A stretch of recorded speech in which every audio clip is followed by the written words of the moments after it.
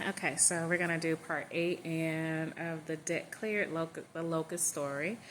So we left off with Troy having a call with Tasha and her talking him into coming home, and finally he decided to put the baby in her car seat, and he looked at her as he was putting her in the car seat,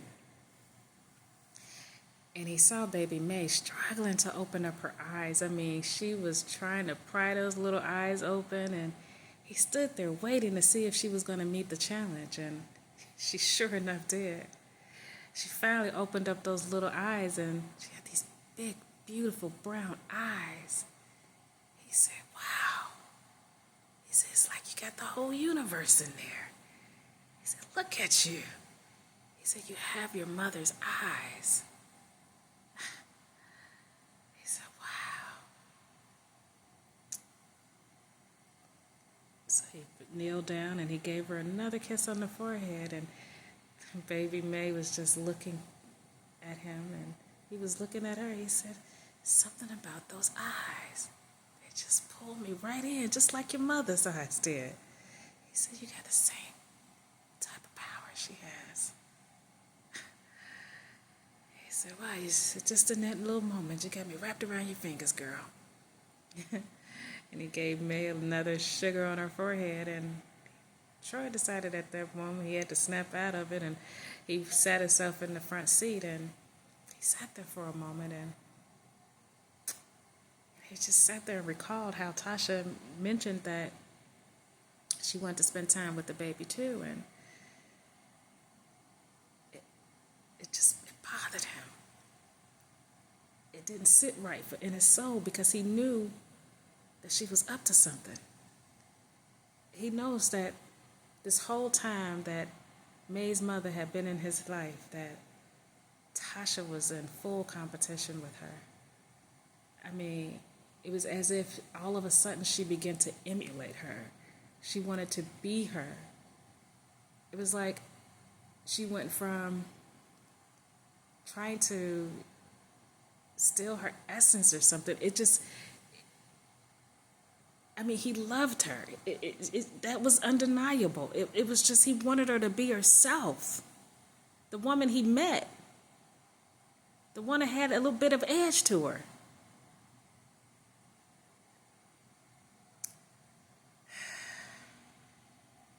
He calmed his mind down and put his key into the ignition, and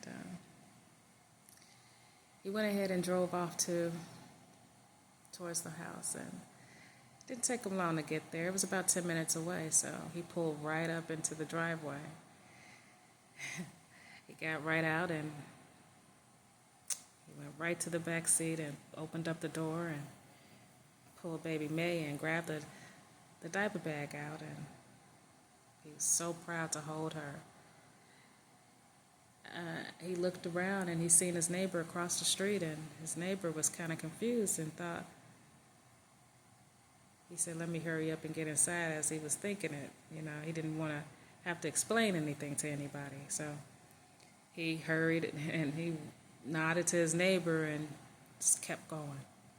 Got to the door and put the key in, and he didn't see Tasha right away. And so he walked in, closed the door, and he put the diaper bag on the couch.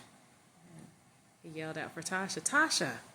So Tasha appeared from out of the room. And, "Oh my, hi honey, how are you?" And so she was thrilled to see her husband, but then she looked at the baby and he noticed how her face changed. It wasn't the same. It was like she had something distasteful in her mouth. So she said, "Oh, okay, well, you have the baby, and, okay." So she kept swallowing, and he said, "You okay, honey?" Yeah, I'm still getting morning sickness, and, our little one. And he said, "Yeah," he said, "I'm sure." So Tasha said, "Well, I have dinner on the stove, and I have the carrots in the oven, and she said, 'Would you like something to drink, honey?' I made some fresh lemonade." And he looked at her and he knew she was falling apart. He just didn't know how to hold her together because Troy needed this moment with his daughter, and he knew she just had to hold it together. He knew she'll be okay. So Troy said, yeah, sure, honey. That sounds great. And so he walked over to his chair, his favorite chair, and he sat there and he unwrapped May and he picked her up and looked at her in her eyes again, and he said,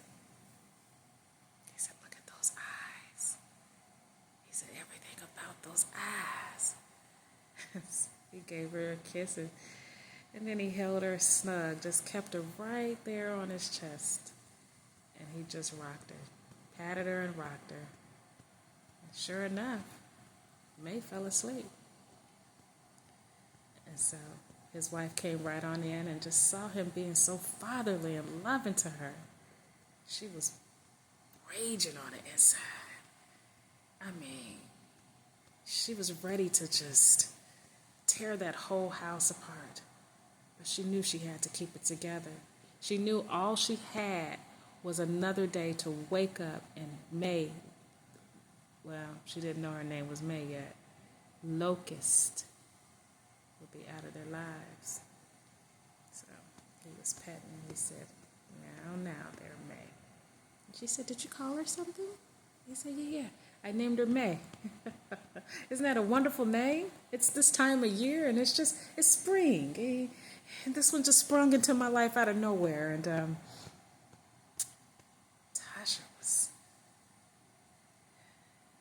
well, honey, we are giving her to the couple in the morning. So, I mean, they're so excited to receive her. And I mean, they're a wonderful, well-spoken couple and great careers and live in an amazing neighborhood, and I think I vetted them pretty well.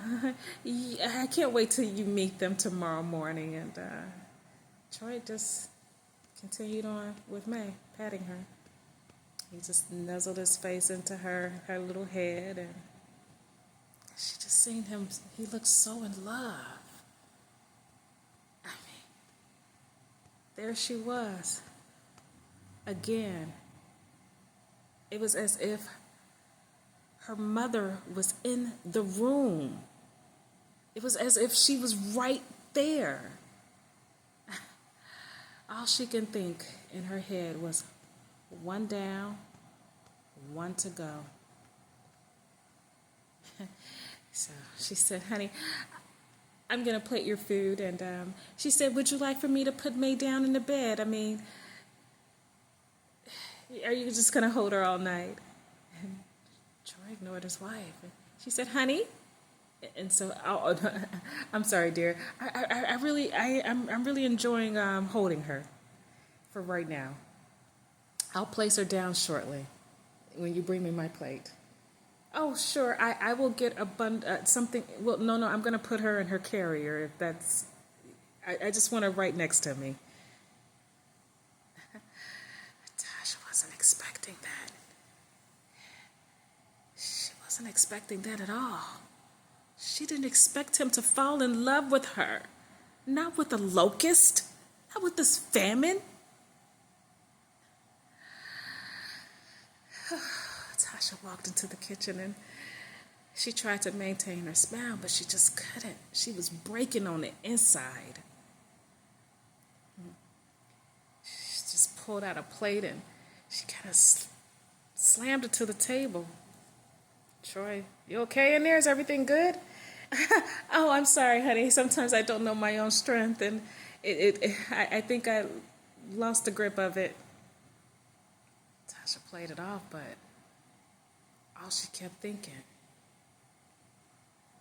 one down, one to go.